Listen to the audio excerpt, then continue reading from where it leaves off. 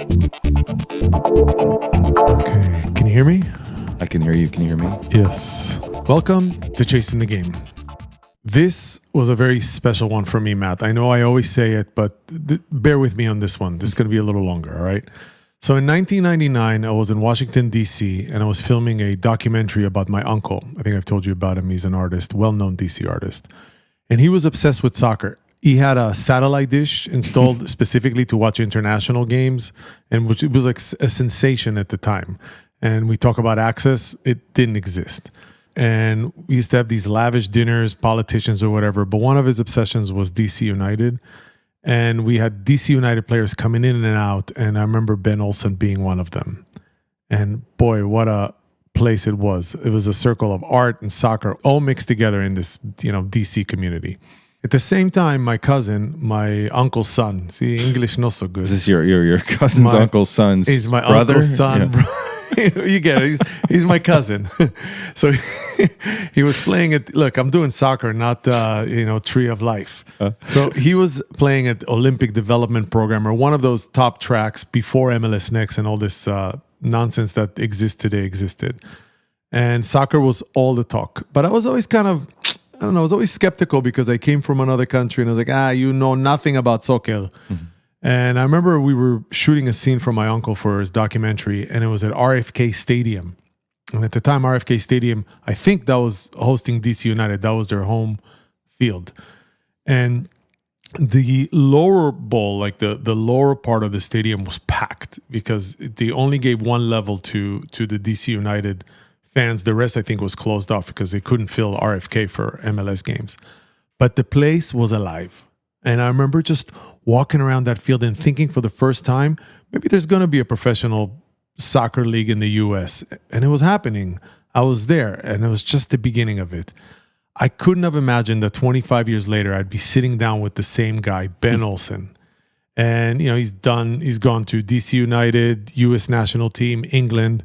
We're going to talk all about that. Now he's a coach, and most importantly, and as he said, he's a dad in the academy world. And I'm here with my own kid, chasing the game, dream full circle. Yeah, I mean, I have memories of watching Ben as a player as well, and I think he brought that same intensity that he was famous for into our conversation. I think after talking with him, you could see that come full circle even more so. I mean, Ben's story really reflected the evolution of the game in this country, and from those early MLS nights at RFK Stadium to what youth soccer has become today. And Ben's had a large imprint on the success of soccer in this country. He's truly lived every layer of it: player, captain, coach, and as you said, now parent to 3 kids who are playing youth soccer. He came through the old American system, helped shape the modern one, and still talked about the same values that started it all: resilience, creativity, and the love of the game. Let's get into it. Let's go. So welcome to the podcast. Good to be here, guys. Thanks for having me on. I'm looking forward to this. Now, what's this project is about? Think about this as a series to untangle the maze of youth soccer in the United States. Longevity. I'm afraid I'm not going to be able to help you that much on this. Hey, we'll see. We'll see. I think you'll be okay. But this is what we are going after. And in a way, we don't have an agenda in a sense, but we're trying to guide other parents, older kids, young coaches to kind of see what the map is about. People came through the system, people who are starting. So any word of guidance as we kind of build this platform along would just mean a million to everyone that's going to listen to this. My son's 14 and he plays for the Houston Academy. So I'm going through this as a dad for the first time too. So I'm sure we'll get to that later. I mean, obviously we want to talk about you and everything you've done, but you being a dad is really the key here. It's not just the soccer. So and I think we realized that you've had this incredible career as a player at UVA and then playing in MLS and going to Nottingham Forest, and we'll try to touch on all of that. And obviously coaching for 2 franchises MLS, and we're not going to have you weigh in as an expert on youth soccer here at all. Yeah. But I think just talking about your journey and then what you're seeing from young players today vis-a-vis 15 years ago when you first started coaching, I think that's what we're trying to get to. This. Okay, so Matt, you can kick off. Yeah, it's a pleasure to have you, Ben. Take us back to the 80s and 90s, growing up in Pennsylvania. I believe you played for FC Delco, still an incredible club today. What did the soccer scene look like without having Premier League on TV every day, MLS with an Apple deal? Yeah. Just the access was so limited. Where did you find your inspiration? What did it look like? Zero exposure to the game. I grew up in a small town called Middletown, Pennsylvania. 3 Mile Island, the nuclear power plant was there. This was a football, baseball, basketball town. And soccer, a club popped up, a small local club, as it did in a lot of places in the early 80s. My brother started playing. He was really good at it.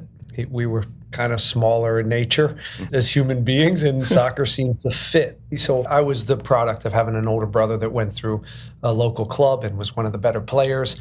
So he was, playing in the backyard. The love of the game started, and again, he was bigger, faster, stronger, and I was competitive, and I was a bit of a punk. So it was just the drive to beat him every day in the backyard that really kind of, I guess, pushed me to, excel in this game and to continue to follow in his footsteps. But I also was a product of growing up playing tennis, and I was a product of playing baseball and tackle football. Everything that this town offered, you just played, and it was seasonal, and you consistently were just playing a sport, but it wasn't just soccer. And I really am thankful for that, because I know that's a really rare thing nowadays. Even through my high school days, I played basketball, tennis, and soccer in high school as I was playing for, as you said, FC Delco. And so, I was a product of the ODP system, which I know, for whatever it's worth, it really worked for me. Yeah. That, for those that don't know, that's the kind of basically select teams, and then you grow to be the best of Pennsylvania, and then you get to be the best in your region on the Northeast for my purposes.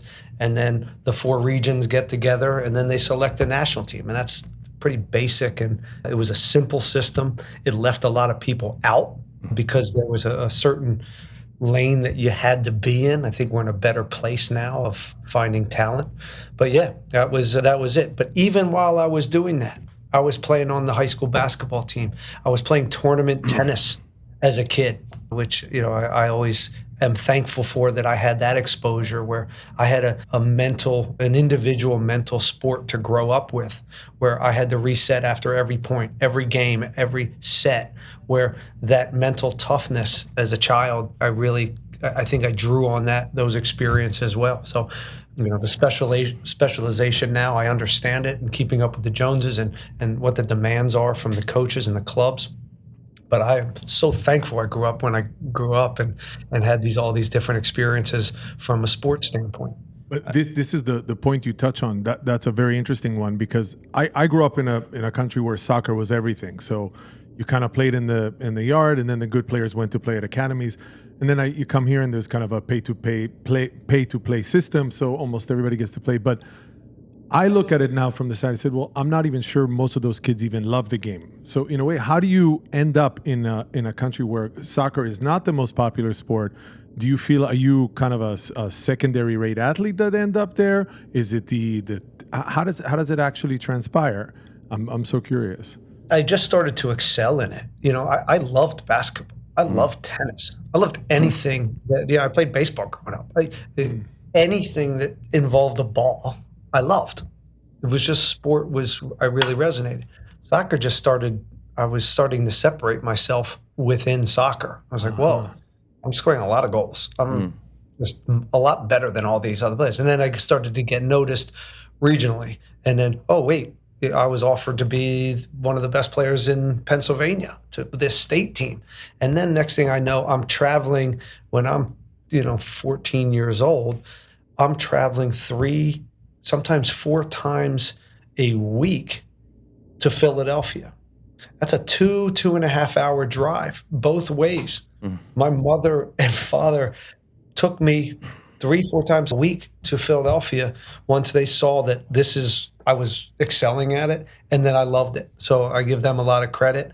I'm not sure I'd do that to my son. I don't. It's a good question. You don't have to do that. You don't have to do that nowadays, right? There's better quality, shorter distance. But back then, you had to travel. If I wanted to play with the best, I was going to Philly. I was going to the outskirts there, where soccer was less small town, right? Less in Harrisburg, Pennsylvania, it wasn't as evolved. So that was where the best coaches is. That was where the best competition is. So that was kind of where soccer started to separate from basketball and some of these other sports. Got it. And I stopped growing. Hey, Ben, I'm curious. You talked about specialization, and it's not just in soccer. It's in every sport in this country. And to some degree, it's in other countries, but there aren't as many sports. Is it ultimately beneficial? Like, are there going to be enough kids? And Laurent and I have looked at the numbers. I mean, even if you look at the success of American players playing in Europe, I think there's 34 or 35 playing in top 5 leagues at this stage. And you think about how much focus and how much specialization there is in the game, not just in soccer, right? It's very much in baseball, it's in hockey, it's in basketball. And the number of kids who are becoming professionals is increasing as far as in this country, because we have a league, right? And 25 years ago, we didn't have a league. But who benefits from this in the end? Like, I mean, that's part of our reason for tackling this. Well, here I'll throw this back at you. Messi specialized. Yeah. Right? Like, Totally you know, good. everyone in South America is specializing that ends up making it. They're not playing basketball. Some, okay. But Europe, as you said, Europe has been specializing in this way for a very, very long time. They're getting academy kids at 13, 14 and developing these kids in a lane of, yes, okay, they're developing the person, but they're really trying to develop pros to benefit that. So I don't know. I don't have that answer. I don't have, because other places are doing it and they seem to still producing world-class talent, and they're also mentally tough. So I think it's within the specialization, how you go about that is the real question, right? I think specialization is here to stay. It's not going anywhere. I know some people are like, oh, let your kids play all sports. Yeah, it worked for me. But nowadays it's like, good luck. Good luck doing that. It's impossible. And then what environment are you in that is specializing, and is that the right one for your child? And it's not for everybody. It's a commitment. It's a real commitment. That's why I go back to, I'm just so thankful that I had all these other experiences, and was put in situations because of that where, all summer, instead of playing soccer, I was playing against adults down in the basketball, playing against people, grown-ass men, trying to take my head off down at the courts. So there's a certain survival, but maybe in certain countries, kids are getting that freedom and that blacktop type with soccer in South America against adults, and they're put in those situations too. But I really value that. I really value those experiences to make me I don't know. And that's great. Maybe we're missing a little bit of that. Well, speaking of experiences, I believe you were the National Player of the Year in high school, went on to University of Virginia, won the Herman Award as the Player of the Year at University of Virginia as well. Can you talk a little bit about that path? So high school to college, which back then was the path, right? How did that shape you, the experience of playing at University of Virginia, highly competitive national powerhouse, and then moving into the pros for DC United? I made a lot of good choices, I believe, looking back. And that was probably the first one that allowed me to be here today. And they just come off of 4 national championships, UVA. The coach was somebody I resonated with. I had some time with the regional team. He was a coach when I was, I think, junior year. So I got some exposure to him. And this was Bruce, right? Bruce Arena, sorry. And I knew that, I thought he was the right guy from the get-go. But I went through the whole process. I went to Duke, I went to Harvard, I went to Rutgers, Maryland, and I was courted. It was a wild time. Not courted like they are today, but courted meaning, they bought you dinner and, got you drunk. No NIL deals. No NIL deals, nothing on the table there.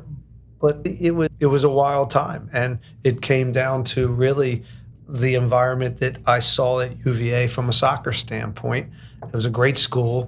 That was part of it, but they were all great schools. It was really the environment and the coach, the soccer environment and the coach, that pushed me to go there. I was like, why not play with the best? Why not push myself and get on the best team possible with the best players? And I didn't even think in that moment that I was going to be a professional player. Wow. There was no league Mm-hmm. when I went to college. So after I was there for about a year, then the league started to creep in, and then it started to be like, whoa, maybe I can be a professional player. But that wasn't even on my radar when I went to UVA to play professional soccer. But today, when you see young American players, especially coming from, let's say, your team or your academies, they're not going to college. They're going straight from academy to, or do you see a difference? Most of them are going to college. Yeah, I think it's very rare. If you look at our 15s, 16s, 17, 18s, they are, some of them are going to the D2, right? The second team that most all the clubs in the MLS have some type of kind of farm system going on now. So they're either going there, Next Pro, or they're coming to the big boys. But it's rare. It's rare, maybe one a year. And you look at that, how many kids are playing for the 18s and the 17s and 16s, and one a year is graduating in that way, maybe one every 2 years. And then a lot of times they're being signed and they're not being put on the field as well because of the money that's being pushed into MLS. Take attackers, for instance. You're competing with $5 million, $6 million players all across the front four. So it's a tricky place to go into. So I know at the Dynamo we really pride ourselves on kids that go through this. Yeah. We really push the educational side and make sure they're ready to go to college if that option of pro soccer isn't there for them. And that doesn't mean it ends. We still live in a country where you can go to college and then come back to the pros. We have a kid at a center back at Georgetown that wasn't time to sign him. He wanted to go to Georgetown, check out college. So we're keeping tabs on him and seeing how he's doing to potentially bring back. So this is all, there's different pathways for every journey. And the league is still, college is still relevant. College soccer is still relevant. Every year there's a few guys in the league that play and surprise people and do very well. Yeah, there's a lot more Europeans now in the American college system too. I mean, the best ones are getting pulled. So now you look at all these foreign players in college soccer to kind of fill that void. And these are kids, right, that are in Europe and they're doing well. And they realize their future is not pro. So they're going now to, I better get this education, because they tell them a little bit earlier in Europe. They go to college. And then all of a sudden, a few of them are good enough, and some of them come to the league as well. So it's an interesting pathway that the European players have as well. Yeah, I mean, I want to pivot a little bit because I kind of think about our target audience in a way. Part of being an athlete is getting injured, getting through adversity. I mean, your career is an open book. If you had to kind of look back, give some boilerplate advice or about adversities as an athlete, how would you kind of approach that? Today you have a son, you have to talk to him about development. How would you approach that? Oh, it's a good question. Resiliency is critical in this whole deal. If you really want to be an elite athlete, because it's coming. Life in general, it's coming, right? Wow. whether it's coming. It's coming. I ended up, it's coming. It's coming. It's inevitable. It's coming. So how you deal with that and how you process is something I think it has to be very, very thoughtful. And you got to think about it. And as a parent, you have to not necessarily shield your kids from these types of moments and make it easy all the time. And that's a tricky balance, because I think we all want our kids to have better lives and make it smooth, but understanding, in some ways cherish some of the speed bumps that your kids are going through, because we've all gone through those and we've come out on the other side and we've been better for it. I had 11 surgeries. I should have probably retired when I was 27 years old, 28, but I stuck it out for 3, 4, 5 more years. Glad I did, but I'm still not walking very well because of that. But again, it was never work to me. Like being resilient, and it was never that hard for me. I don't know why. Probably because of the way I grew up and some of the exposures that I had of built resiliency, and I didn't even know it because of the way I was raised. I was on my own more and put in situations where I had to survive. So I think that taught me more than my parental, guidance growing up. But I know that doesn't necessarily answer your No, question. I think what you said is it's coming is the key, right? I mean, this is something that we have to address and understand that it's not a unique experience. It's a total experience of being an excellent athlete. Yeah, I mean, and examples. There's no shortages of examples, right? It's everybody's pathway has that type of again those speed bumps throughout it, and how they overcome it is something to work on, to understand. I think you're right. It's coming. Be prepared for it. Relish it. Almost, if you can get in that mentality of almost be excited about some of the hiccups. I know it's a hard place to get to, but I think some of the best people, and whether you're in business or you're Roger Federer or they Kobe Bryant, these guys relish those hiccups because it's a chance to learn and grow, and they understand when they come out the other side, they've built a little bit more armor to have success. Yeah, there's a book called, I think it's called Chopping Wood, hopefully I'm quoting it right, which is all about the process. Yeah. The setbacks, the constant setbacks in order to work your way to become better and elite at whatever it may be in life or as an athlete. And Laurent and I talk about this quite a bit. I mean, I think our kids, my son also a soccer player, they've gone through more adversity at 13 than I faced after playing 4 years of college soccer, right up until I was 22 years old when my career ended. And yeah, hopefully it makes them stronger humans. Because of the environment they're in now of making the team, and you're on 1A team now. And Out of control. You have 23 kids in training, 18 get rostered, 16 play. Yes, all of the above, right? And we live and in the exposure with social media and the popularity of playing or not playing, and all of it. The labels, right? I think that come with it. One league versus another team. One league versus another league. One team versus another team. All of it. They didn't know that, right? It was just like, they didn't know it, but now they can look up the rankings at under 9. Well, the under 9 third best team in the country. Oh, really? We're after that kid. Well, and that's kind of the fascinating part of this generation is that we live in a world of helicopter or bulldozer parenting, where so many kids are given trophies for participation, yet we're asking more and more of them because of the exposure that they see. And I don't know if they're necessarily prepared for it, right? And I don't know if I'm as a parent am doing as much as I can to prepare my kids for it. And it's a constant challenge, I think, for all of us to get the most out of our kids and ultimately to make sure that they're happy and pushing themselves to be great in whatever it is. No, I think it's well said. I don't know if we're all going through this for the first time. Parents come up to me weekly if I'm at my kid's training or whatever. Hey, what do you think about this? I don't know. What do you think? Yeah. I'm going through this the first time. I'm going through this for the first time. I'm figuring out this with my wife every day on what's acceptable. How much Instagram time should we give our son? Should we allow him to post a video of him having 2 goals? I don't know. I don't know what the answer to this is. Is that a good thing? Is it? Well, a podcast you can listen to that might be able to help you with that. I think I'm going to have to start. I need a lot of help with this. I also have 30 other kids in that room over there that are big kids that need a lot of love and attention too. And that balance for me personally is a very tricky one too. Was it obvious that your son was going to play soccer? Yeah, it's got to be, right? Had to be. Yeah, he was.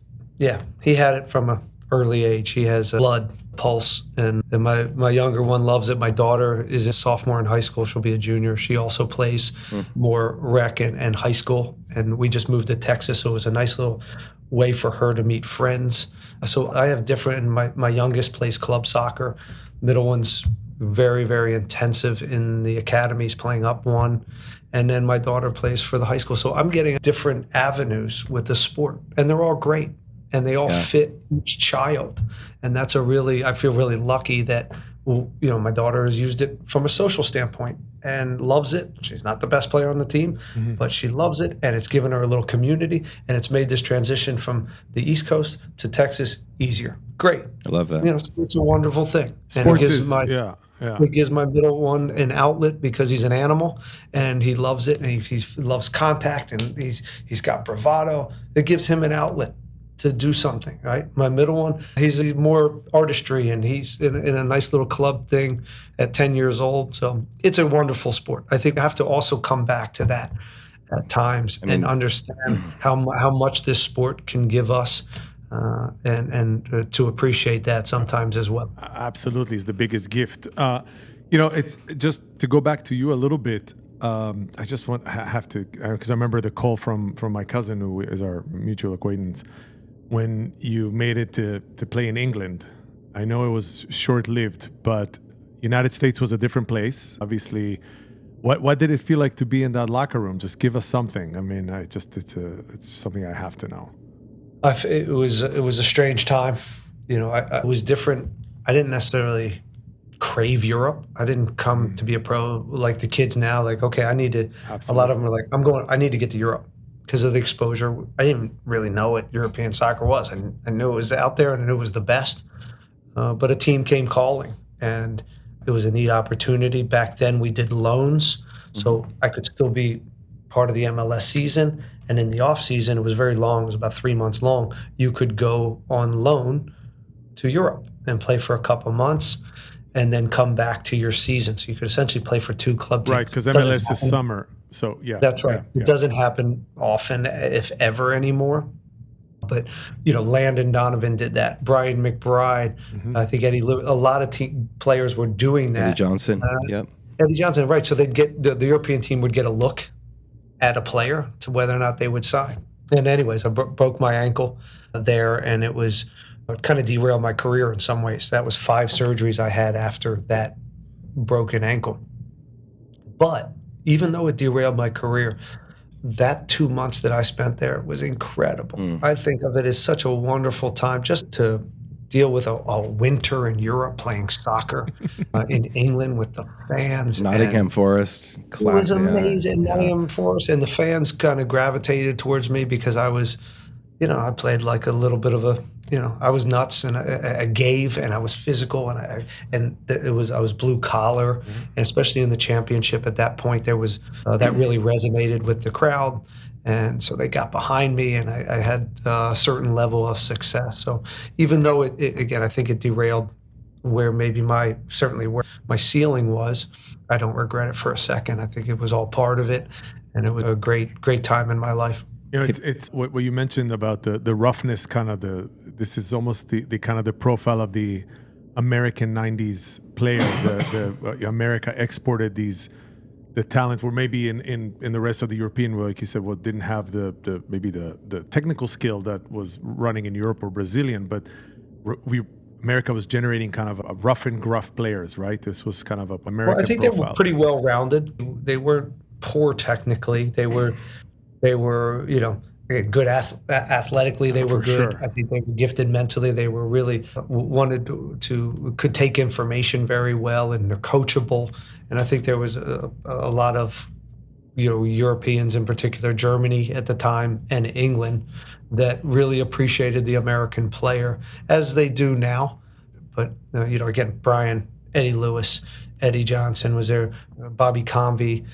We had goalkeepers. John Harkes. Always goalkeepers. We had John Harkes. We had plenty of goalkeepers over there that were always doing very well at the highest levels. And that was the first group of soccer players, I think, that went to England. Not necessarily me, but maybe Eddie Lewis and Brian McBride, Joe Max Moore. These guys were the first ones to go to kind of England and be like, wait, we're soccer players too, not just goalies. Yeah. Because it was Friedel and Keller and these boys that were really excelling. And I think the appreciation for the American player started around then.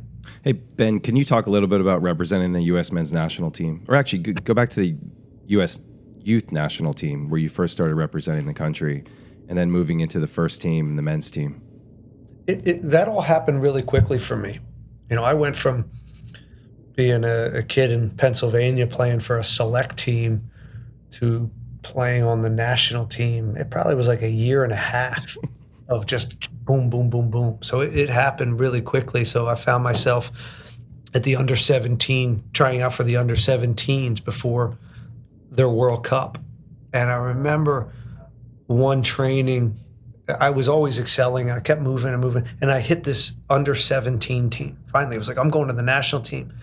And I went there and I was nowhere close Wow. to being at that level. It was like the soccer, it just ceiling. It was like, whoa, these guys are up here. Was it the physicality, the speed? Because it It wasn't. was Yeah, everything. really. Everything everybody talks about of it was the speed of thought, the physicality, the intensity.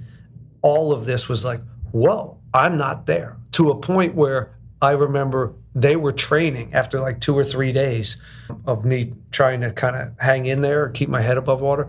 I was on the other field for like the rest of the week doing like individual stuff, shooting on goalkeepers, or like I was that guy. It was really a wonderful moment for me. I was like, holy shit, I'm nowhere near these guys. So it pushed me. And then we talk about resiliency. Okay, what does that do now? What's your mindset?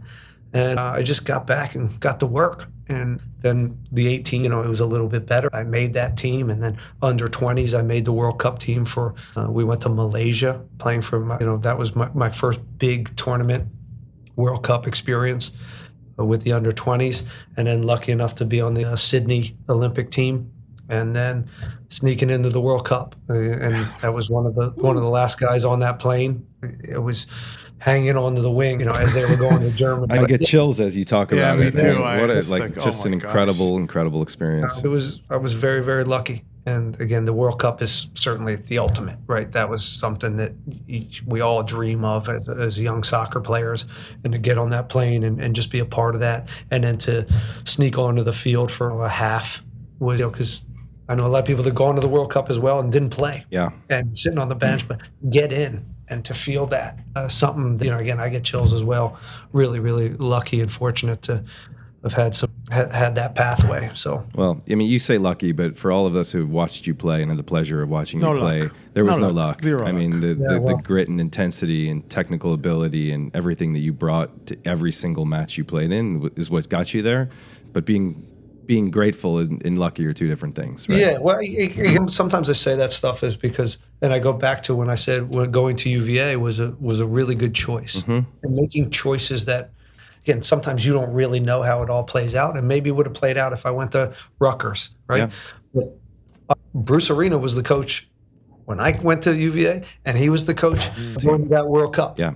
I don't know what, 10 years later, 8 years later, Amazing, right? right. So there are relationships and there are things that happen within this that again, I always feel like gave me a leg up. But I worked hard. I was coachable. I worked my ass off. I was selfless, and I do think I wasn't all coaches. No, but that's the point, right? Because we brought up resiliency, but I almost made the question too easy because I was talking about resiliency through injuries.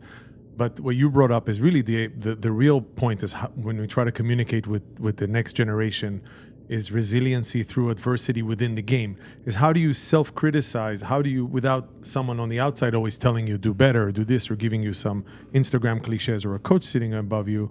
Did you have kind of a self-criticism as a young athlete where you said, I can do better, I need to do better? Or did you have people around you that gave you that advice? I didn't have a lot of that. I think there's a lot more exposure to that as well.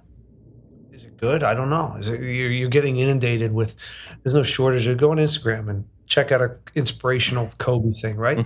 Then you're going to get another one, and you can go down that rabbit hole all day long. So these kids are seeing it. They're hearing what the best of the best are saying, whether it's Djokovic and Kobe. I never had that exposure. Right. And nobody ever told me that. My father didn't tell me that. My mother didn't tell me. They didn't know. Yeah. They didn't go through this. They weren't even into the sports. So that's where I say, like, my environment taught me that, right?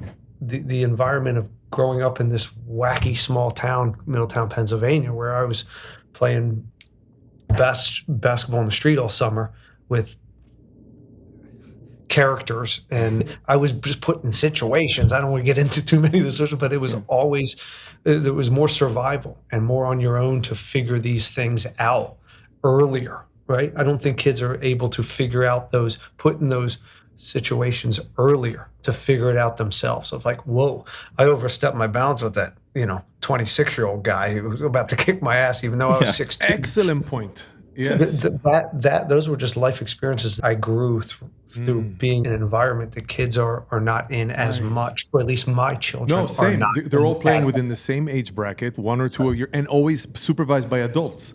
They're not in this kind of jungle and the survival of the fittest environment in the sport that they love. It rarely exists in here. So then what do we do with adversity, right, Matt? I mean, how do we talk to those kids about adversity when they're in this sheltered cellophane environment all the time? Yeah, I mean, for sure. You know? Ben, just to be respectful of your time, I've got one question, and then we're going to end it with a rapid fire. No, I'm going to push Ben. How much time you got? Relax, Matt. Relax. How much time you got? Really? How Keep much going. time? I'll tell you when Matt, I gotta go. Stop. Okay. Okay. Be here. Calm down. Ben, when you started coaching DC United 15 years ago, and now you're coaching the Dynamo, what do you see different in the young players coming up through the academy, making first team appearances, whether they're homegrown or even they're coming from South America, in terms of quality, in terms of intensity, experience, everything that ultimately, hopefully, let them have a long career ahead of them? And then what are you looking for in those young players to see if they have a fit in your first team? It's a good question. I think they're better in every aspect of the game, right? The game. Tactically, technically, physically, right? Mentally, I don't know. I don't see that being increased at the level of the other three that I just mentioned. Oh. So, again, I don't have the answer. The observation, though, but your observation is. And I'm not saying it's worse, right? I'm just saying I don't see it moving. I don't see it growing as much as maybe some of those other areas. I mean, honestly, I think it's very analogous to some of the complaints about the U.S. men's national team. You look at the quality of players and where they're playing overseas, vis-a-vis how that translates into performances on the pitch and in major tournaments. And I think that's where a lot of the complaints stem from, right? You've got players who are better overall players, perhaps, but do they have the same level of intensity? Mentally, are they as strong? Do they compete as well as they can? Do they represent and want to represent our country the way players of your generation? And this isn't like an old hat, new hat thing, but I do think that's what the dialogue is about. 100%. Yeah. And that's, again, I have no answers on it. I swear I'm a limited human. But I have so much focus on, I wish I spent more time on thinking about the youth and where this is all missing. It's just, again, I'm in the take a temperature every day and try to get my team to win games and support this group that I have right now. And as I said, I'm dealing with some of that for the first time because I'm a parent. I'm watching my kid grow and what to offer him to be at his best if he really wants to do this. I think these are all really good discussions that our country's having and constantly having on what the best development environment for our players. What's false? How far can we push them? Are we pushing them enough? I don't know. I don't have answers for this, but I see what you see. Yeah, every time we've done an international tournament with NYCFC, the first thing we noticed was the difference in toughness in the kids in the international teams. Especially we had a tournament in Manchester. Let's say there were a few English teams there. By the second, third game, the American kids were all caught up because they had the athleticism, they understood the game. But first 1 or 2 games, always getting blown out because the physicality of the game was just so overwhelming for them. And it's kind of a thin line because obviously you don't want to berate or be on top of someone and say, get tougher. I don't know if that even means anything. On the other hand, what you two have brought up is a real issue. This idea and the catch up of American soccer, like we're catching up. Like, these other countries aren't staying still. Right. Everybody else is here, and we're just going up to get them. They're moving too, and they're moving with the best of the best in their country. They're the best athletes and the best focus, and they don't have as many other areas of in their country to or opportunities. I mean, the opportunities in this country are amazing. You can go pro in anything. You can go pro in marbles in this country. I'm sure you can find a lane to fly a Hey, drone. this is maybe Right? the lesson here. You Marbles. there's always so many things to cut the pool down. So I don't know. I think there's a part of that too. That, but we've come a long way. Don't get me wrong. Our league I is. get it. There's a lot of good. I don't want to be like the old school No, negative this guy. is why we're doing this. There's some we've made incredible strides in this country, and even to have this discussion, and to have people all across our country having the same discussion about this and being critical is a big step in the right direction. Yeah, I was actually going to ask you, what's it like when you travel around the country with your team now and you go into, I think it must be 26 or 27 soccer-specific stadiums in this country compared to when you were first playing in empty football stadiums or maybe half-empty football stadiums. Is there a sense of, I've helped build this? Is there a sense of,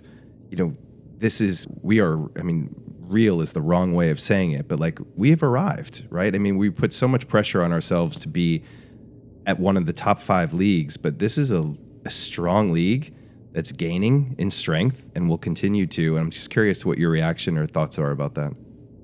Well, I don't let myself kind of go there that often, but every now and then there will be some moments like a 20th anniversary or, there's these, when Messi comes and when David came for the first time, there's moments where I see this thing kind of jump up, in its acceleration.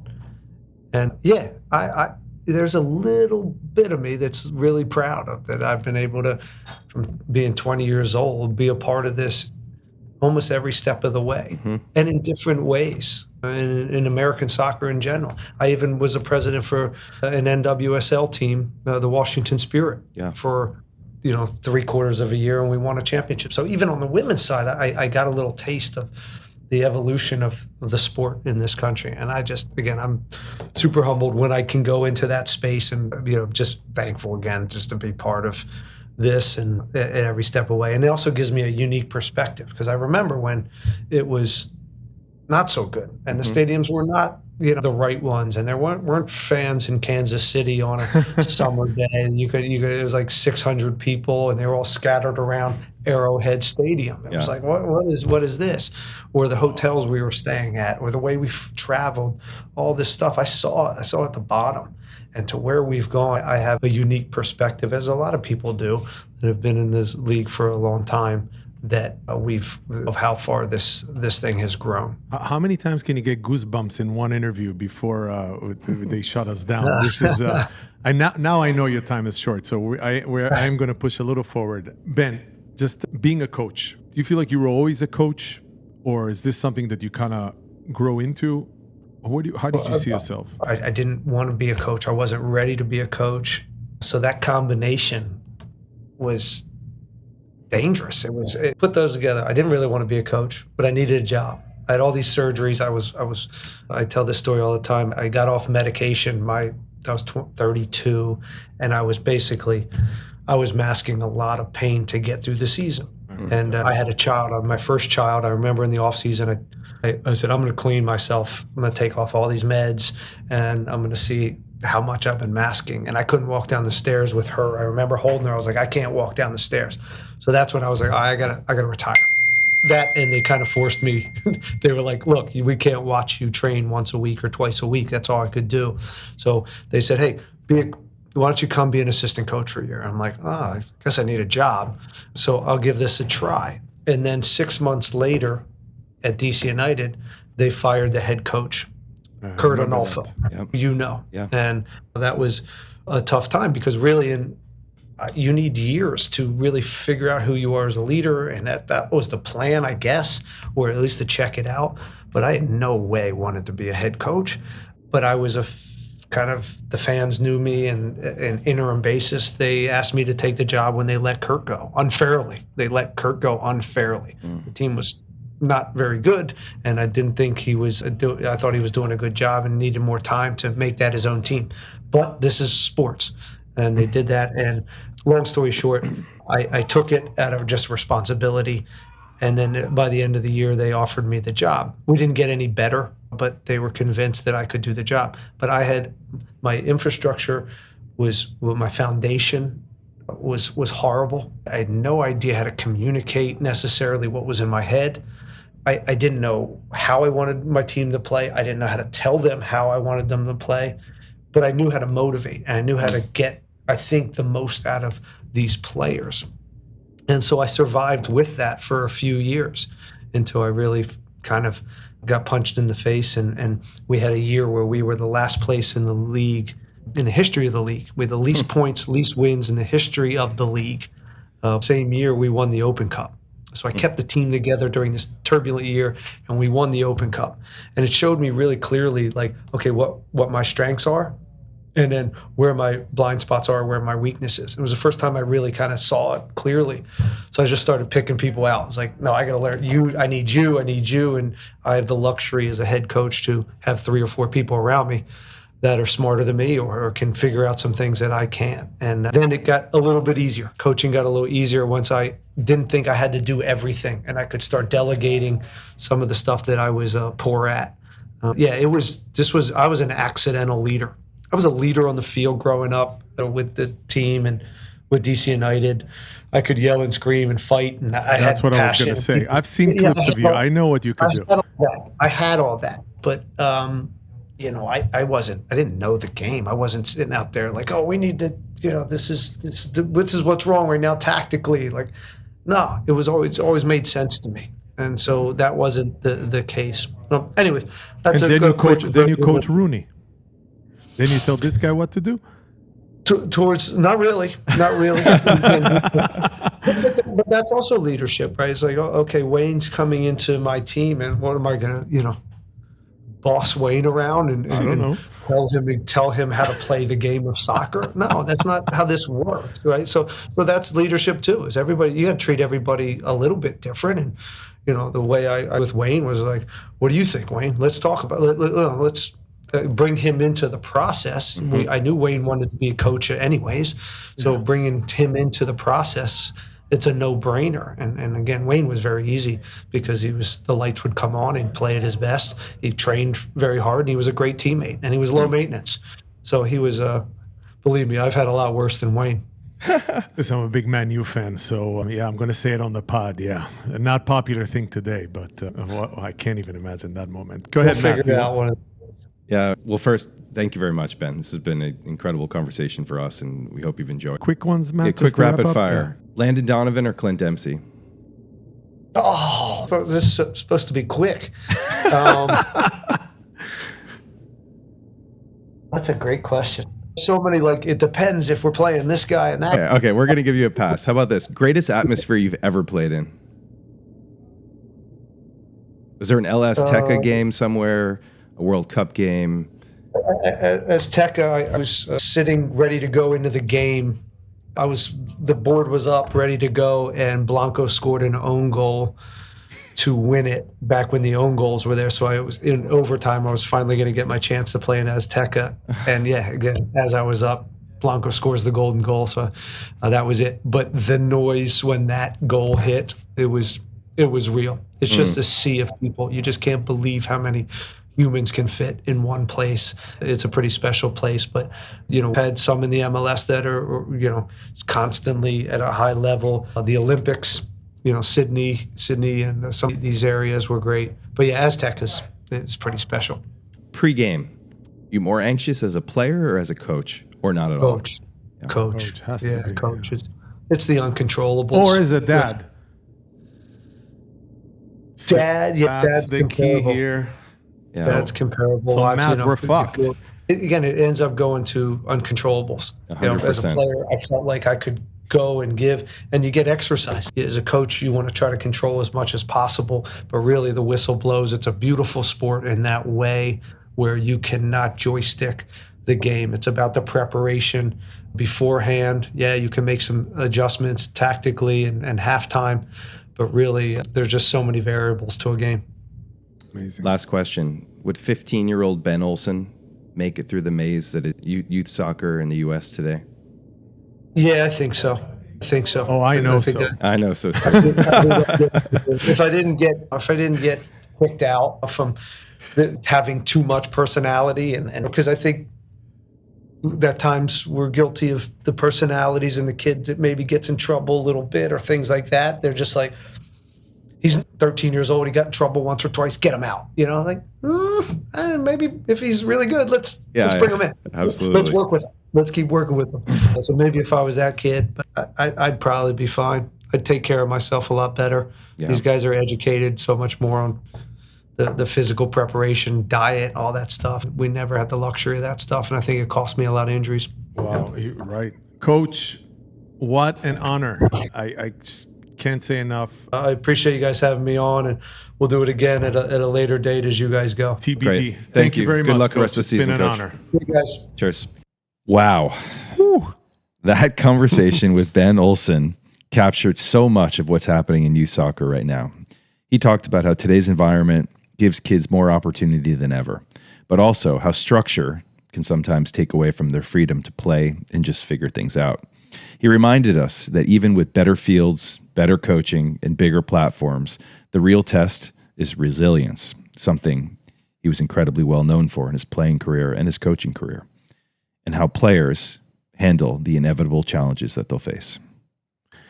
Yeah, I mean, what stayed with me here is, except for obviously the walk down memory lane and seeing him like this, was just to talk about parenting, right? And I can't believe I'm speaking parenting with Ben Olsen. The idea that us as parents, we actually have a say here. We can prepare our kids, but we can't control them, and we cannot control the game or how they're going to develop. It's the same lesson he's living now, guiding his own kids through a system that's just really different than the one he grew up in. And that's why he's a big listener to the podcast. For me, look, this connected back to the memory at RFK and realizing soccer was a young sport in America taking root. And here we are, a generation later, still building it, still chasing it. And today, when I think back at it, I sometimes wonder if those players at my uncle's house, how much wine were they drinking, you think? Different times, buddy, right? Different times. Ben, thank you for the insight and perspective. We're most grateful. Thank you all for listening. Follow Chasing the Game on Spotify, Apple Podcast, and YouTube. Please share this episode with other parents, coaches, all you think will appreciate this. See you next week, Matt. See you next week, Laurent.